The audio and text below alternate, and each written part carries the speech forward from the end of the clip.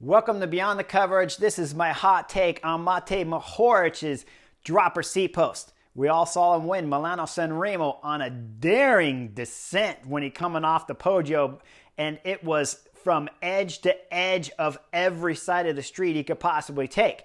Now, when we cross the line, we see him do the big victory salute, and he's pointing down to the bike like this, and I couldn't figure out what that salute was all about. I just know I didn't want that picture as winning Milano-Sanremo, pointing down like that, but he did it. Makes more sense afterwards, of course, when you know he had so much preparation from his Bahrain Victorious mechanics to get his bike specifically ready here for the descent off of the Poggio.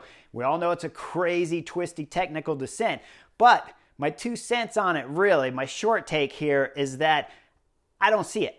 Now, he won Milano-Sanremo, so now that's what every sponsor out there wants. Every dropper seat post in the world now probably just went out and produced a few more so they can sell all those $200 dropper seat posts to you fans watching Milano-Sanremo thinking, man, I got to have that thing.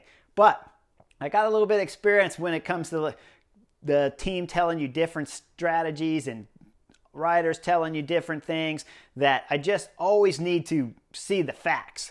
And a lot of times people just see the bike win and you say, well, the fact is, Chris, he won Milano-Sanremo. He got to the bottom of the Poggio before all of the great legends of the sport. Mathieu van der Poel, Tadej Pogacar was back there. Wout van Aert was back there. But here's the problem, guys. When you really dissect that descent, when you look at it really, really close, first off, he took a bigger risk than any of the favorites back there. We know, because right at the top, he's off the road in the gutter. Then he's back on his bike, diving through that right turn, coming out as close to the fencing as you can possibly get when none of the other favorites did that. We see Tadej Pogacar, he opened the gap.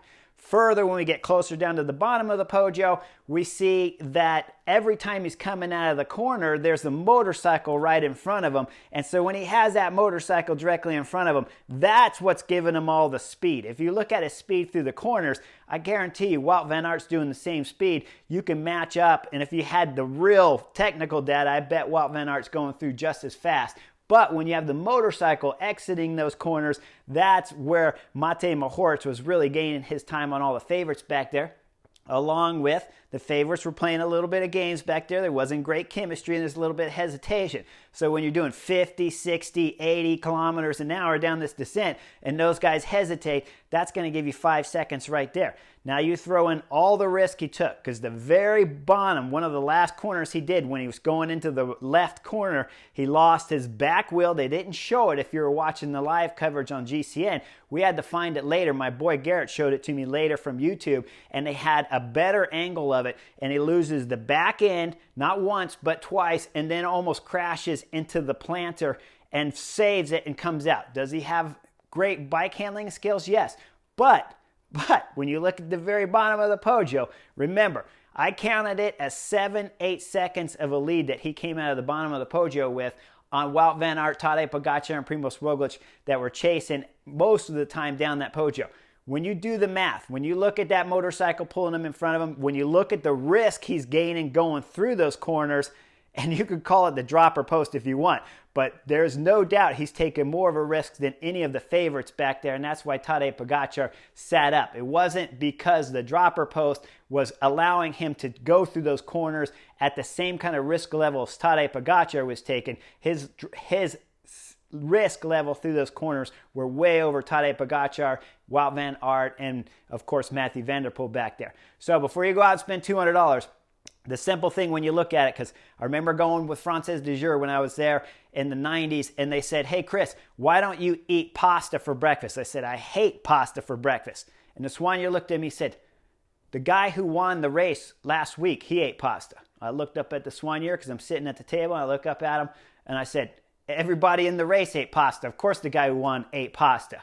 Then I come back many, many years later, decade or so.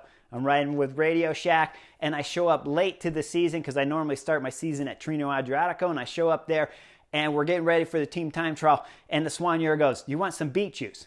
And I go, why would I want to take beet juice before a time trial? And he goes, oh man, we took it, and we've already trained, and we know it works, and it's 100% fast. We gave it to Fabien Cancellara, and Cancellara won the time trial. I'm sitting in the bus. I look up at the Soigneur. I was like, your example of why I should take beet juice is that Fabian Cancellara won the time trial? That's ridiculous. Come on, Fabian Cancellara wins every time trial that he enters. Why would I take beet juice because Fabian Cancellara won the time trial? I'll take beet juice when I win the time trial, and then it will mean something. But otherwise, it doesn't mean anything if you take the win as being the reason why that's the big example that you should go out and buy a dropper seat post. If you do the math, I guarantee you going down that descent, it just isn't there. Personally, when I'm going down the hill, I like to sit on the saddle and it holds that back tire down in place and it keeps it planted on the ground. I don't think I'd want that extra just 5mm dropper post there. It'll throw my pedaling technique off when I come out of the corners and I go to sit back down. Now remember, one other thing to keep in mind when I'm giving you my 2 cents on this. I am a guy who still likes to wear the short socks. Well, I should flip it the other way, right? I'm still a guy who's 50 years old, wears the short socks, but remember, my tan line looks pretty good after the summer's over versus what the professional Peloton tan lines look. So you guys take your take on this and your 2 cents and add it to whatever you want. But mine is, at this moment, I'm gonna need a lot more information and a lot more technical data that I need a dropper seat post before I go out and spend $200 when I look at a 7-8 second advantage at the bottom of the Poggio from Matej Mohoric. That's just not enough when I look at the motorcycle towing them out of every corner there and I see Wout van Aert, Tadej Pogacar, who's got a Tour de France aim of winning again in July, and you know he's not going to take a risk. And you see Wout van Aert, Matthew van der Poel playing a little bit of games back there because no one else will pull through. That is 7 or 8 seconds, folks. That's not the dropper seat. So you decide what you want to spend your $200 on. My take is I'll wait and see for a lot more information to come out before I put a dropper seat on my nice, super lightweight carbon race bike. Anyways, hope you guys love the take. See you guys on the next adventure of Beyond the Coverage.